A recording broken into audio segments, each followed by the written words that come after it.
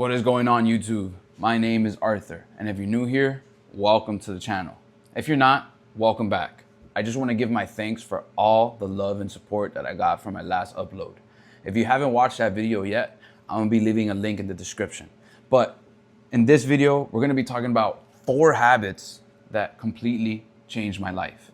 Now listen, if you think by implementing these habits, you can become instantly rich, drive the Lambo that you've always wanted, or living in a penthouse in Miami with a nice view, do yourself a favor and just get out of this video.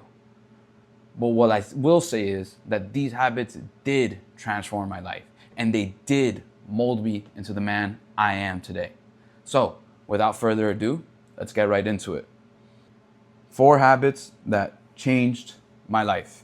As you can see here on the left side, not only was I overweight and out of shape, but I was lost, unaware, reactive, always seeking pleasure. Now, needless to say, I wasn't a man. I was incapable of being a leader, incapable of making decisions. If I couldn't lead myself, how was I going to lead others, right?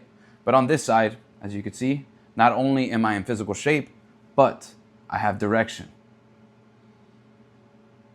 I have awareness. Instead of reacting, I was responding. And instead of seeking pleasure, I had purpose. Now I was a man. Now I was capable of being a leader and leading others and making decisions, knowing right from wrong.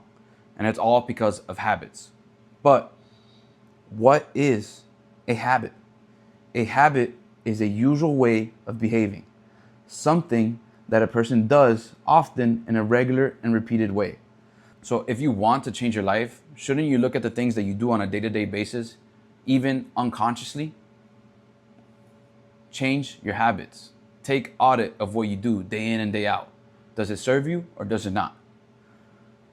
But why does that matter? Why are good habits important? Well, good habits create consistent results. Small actions done consistently build momentum. And when you build momentum, they build the life and the results that you've been longing for. Another reason why good habits are important, they reduce decision fatigue. When you have habits that are automatic and that work for you, it removes the time and energy you need to make a decision. Instead of, should I do this? Should I do that? No, habits does it for you. You don't have to think. You could save your thinking for something bigger, something more important, not needless little tasks. Next, identity and self-respect. When you tell yourself you're gonna do a new habit or try a new habit and you actually pull through with it, it shows that you could trust yourself. And when you trust yourself, you build confidence. And when you build confidence, you respect yourself. It shows you that you're a man of your word and that you could pull through with what you say you're gonna do. Next is resilience. Now listen, whether we like it or not, life is gonna get difficult. It's gonna get hard. But good habits keep you anchored. Good habits keep you grounded. So instead of spiraling out of control, your habits keep you exactly where you need to be. And lastly, long-term health and growth. Bad habits may seem comfortable and easy at first, and they may make you feel good. But at the end of the day, they're slowly deteriorating you. Good habits, on the other hand, give you long-term health. They give you long-term growth. They work for your favor. So needless to say, habits either make you or they break you. Choose wisely. Imagine a man that has this whole set of habits that work for his favor. He's going to get the results that he wants. But imagine the other man who has a whole list of habits that don't work for his favor and he's always seeking pleasure. He is not going to live the life that he wants. Get into the meat and potatoes. What habits did I start implementing?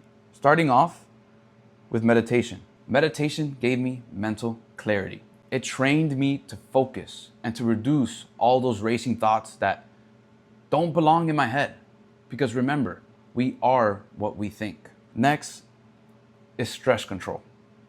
Meditation lowers cortisol, reducing anxiety, helping you feel much, much better in a natural way instead of trying to escape like doing drugs or partying.